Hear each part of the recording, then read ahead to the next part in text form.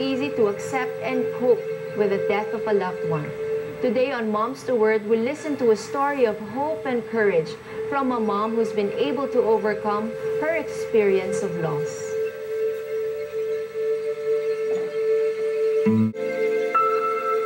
Until now, Noemi vividly recalls the happy family outing that had ended on a tragic note 8 years ago.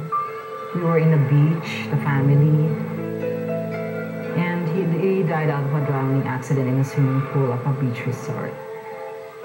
It was a struggle, very long journey.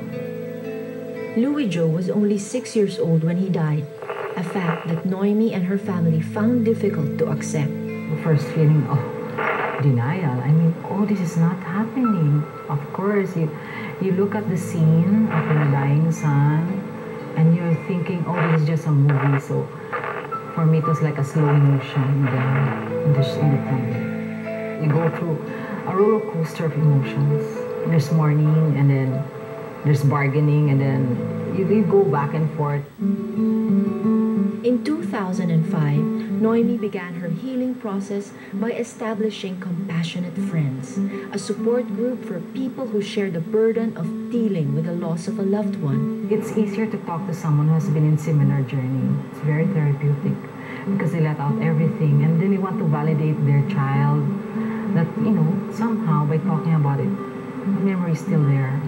They don't want to lose touch. In a way, helping others also helps me. A year later, Noemi took her advocacy to cyberspace by blogging about her support group and personal recovery. The first year, it was mostly about my son because I was building an archive of my grief recovery. And that's how my blog grew. And for some reason, readers can relate to the pain. Not necessarily of losing a child. The pain can be about losing a boyfriend or a girlfriend, the pain of losing a job. It's basically the same, the recovery and coping with losses. With her healing came a renewed spirituality, a gift she continues to hold dear in the constant presence of grief. In grief, there is such a thing as triggers. So when especially anniversaries, birth anniversaries, death anniversaries, those are triggers. Or a simple memory like you see a child that looks like your child. Just because you cry a little, that doesn't mean that you have actually not moved on. If I feel like crying, I'll cry. Or I feel sad, I'll feel sad. And I know it will pass. Noemi's recovery has also allowed her to reach out to other people who in turn keep her son's memory alive. And I think my son wants me to comfort others through the Compassionate Friends. When I do that, the life of my son is never in vain. It's always there. He lives through my work. Now, this mother of 3 children has become an inspiration to those who are wallowing in the same desperation she has once known.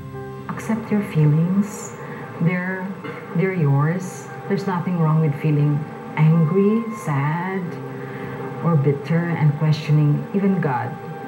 There are very natural reactions to grief. It doesn't mean that you're not moving on.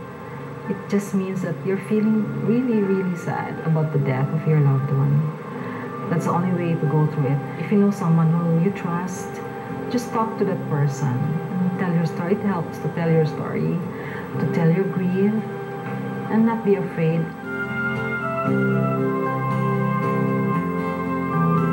Losing a family member causes great pain and grief, but from this mother's sorrow we've learned that there is strength and faith in drawing from oneself and each other. Don't go away, Mom Works will be right back.